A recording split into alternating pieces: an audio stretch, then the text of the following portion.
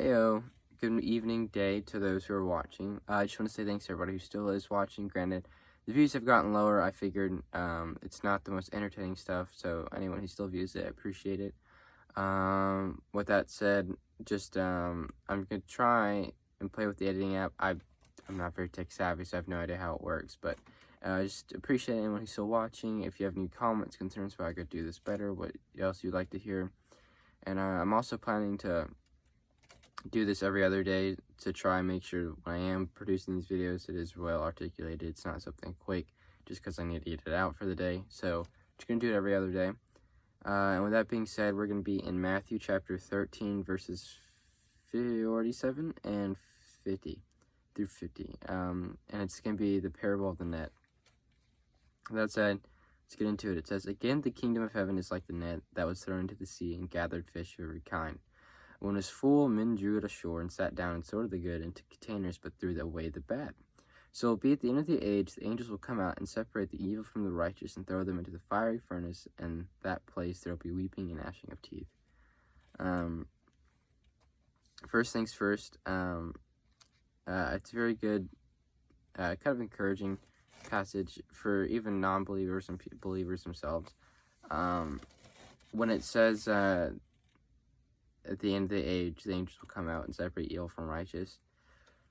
That there and like the weeping and gnashing of teeth, that's always hard to hear. It's always one of those things where it's like if you're a non-believer or somebody who's always questioning Christianity, when you hear that kind of stuff, it can kind of be, kind of turn your brain off and I don't really want to mess with that. That sounds terrible.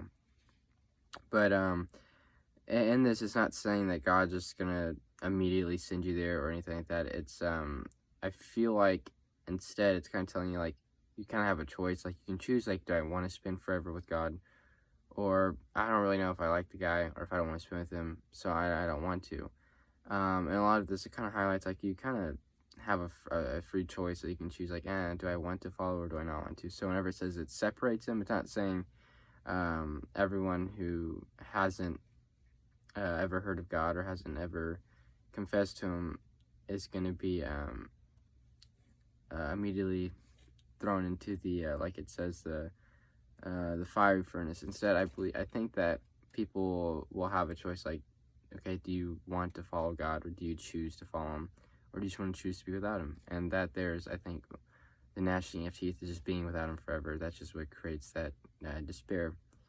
I just want to get that out of the way, but the hopefulness through this passage comes whenever it says, "The kingdom of heaven is like a net that is thrown into the sea and gathered fish of every kind." The every kind is really good to hear because a lot of people are different. A lot of people are in different spots, like I've always mentioned. And whenever it talks about it collects fish of every kind, that means you, whoever you are also one kind of that fish. You are also going to be brought in with that net, or and when you're brought in, you have that opportunity to be with God, or you can choose not to be, like I said. And with that said, it's hopeful for a lot of people to hear that. It's no matter who you are, what you believe in, or where you're at, that net is still being thrown out to you, and it's still there for you to grab onto or for you to go into and be brought ashore. The net is never out of the water. It's always in there trying to collect as many fish as possible. And it's reassuring. So no matter if you struggle with like your emotions, you struggle with just indulging in certain things, the net is still there for you. It's never, God's never going to say, sorry, you can't really come into this net, you're not part of this kind. No, you can be part of any kind, which is really reassuring. I hope people can understand that. In Christianity, it's all people and any people are welcome. And like it says, when it was full, men drew it ashore and sat down and sorted the good into containers, but threw away the bad. That just means that in the end, when it's time for the net to be pulled up into land, it just means that the good and the evil, or whatever it said, the bad and good, that just means when the net's pulled up, people will be in the net who choose to be in the net, or they want to learn about God. But then once they're being sorted, essentially it means that it kind of sorts out the people who are like, yeah, I believe in God. I want to walk the faith. They're part of that good fish pile. And then the bad fish pile isn't people.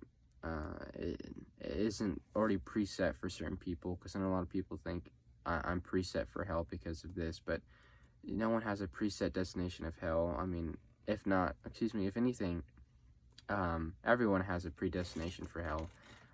It's just the only difference is that people choose to believe in God and follow Him. That's the only difference.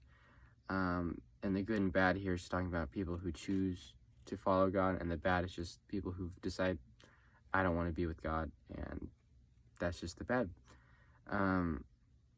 And so, yeah, I just feel like it's important for a lot of people to hear that the net is always out.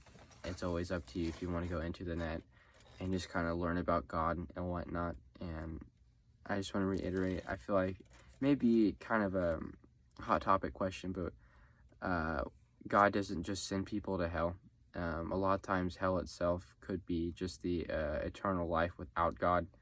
God doesn't just look at you and say, oh, you're going to go to hell no matter what you do. I think a lot of time God doesn't send people to hell. I think it's more of a choice people make. People are given the choice, do I want to be with God or do I not want to be with God? And if they choose not to be with God, they go to hell, or maybe hell is just that feeling of never having God. That being said, it's if you have to think about, if people don't want to be with God and God forces them to be with Him even though they don't like Him or they hate Him, wouldn't that be more unfair and more cruel to be spending an eternity with somebody you absolutely despise or don't believe in or hate, and you rather believe in something else? Because that there is even more cruel than just being sent to hell, or just being sent away to have an eternal life without Him like you want. You're essentially getting that choice, that free choice you want. You have that free choice of, do I want to be with Him or not? And if you don't want to, God's not going to force you to be with Him, which is why it talks about the hell. And so I just feel like that's important to hear as well, because it ties in with the story really well, because that's just the good and bad. You're not going to be sent to hell. It's a choice. You can choose to be with God, and that's when you go to heaven. Or if you don't want to be with Him, He's not going to force you to be with Him. And so He gives you that choice to live without Him like you desire. And so it's not cruel or unjust. But yeah, I just feel like it's important to hear that the kingdom of heaven's net is always out for anybody who wants it. You never have to be scared. It's always a hard journey. It's never easy. There is no really 1, 2, 3, get up to it, there you go. It's always, once you're there and a person of faith, there's still struggles. I can tell you that from firsthand experience. It's still a struggle, but the only difference is that I have God this time, and so I have someone to look up to. And so it's just, the net is always out there for anybody. So if you feel like you ever want to explore it, let me know in the comments, or if you ever just want to try it out or just talk to people, don't be scared. They're not going to ridicule you, and if they do, tell them, like, I don't feel like that's okay, and just see if you can just, it's all about finding that one person who really speaks to you and just talk to them about it, or someone you feel like you can trust. Yeah, so that was the parable of the net. I might go a little bit more parables. I hope this one reached well. Just like I said, the net's always out there for you. It's never too late. You're always welcomed. I and all the other people of faith should treat you like brothers and sisters, and just try and be nice to you, because it's not about being fake friends either. It's about genuinely creating friendships and being friends with people, and being kind. So yeah, hope this reaches you guys well. It's a longer video. It's more thought out. I'm not just scrambling to get a video out there. So hope it's good. Hope you guys enjoy, and appreciate you for still watching. So yeah, thank you. You guys have a good one.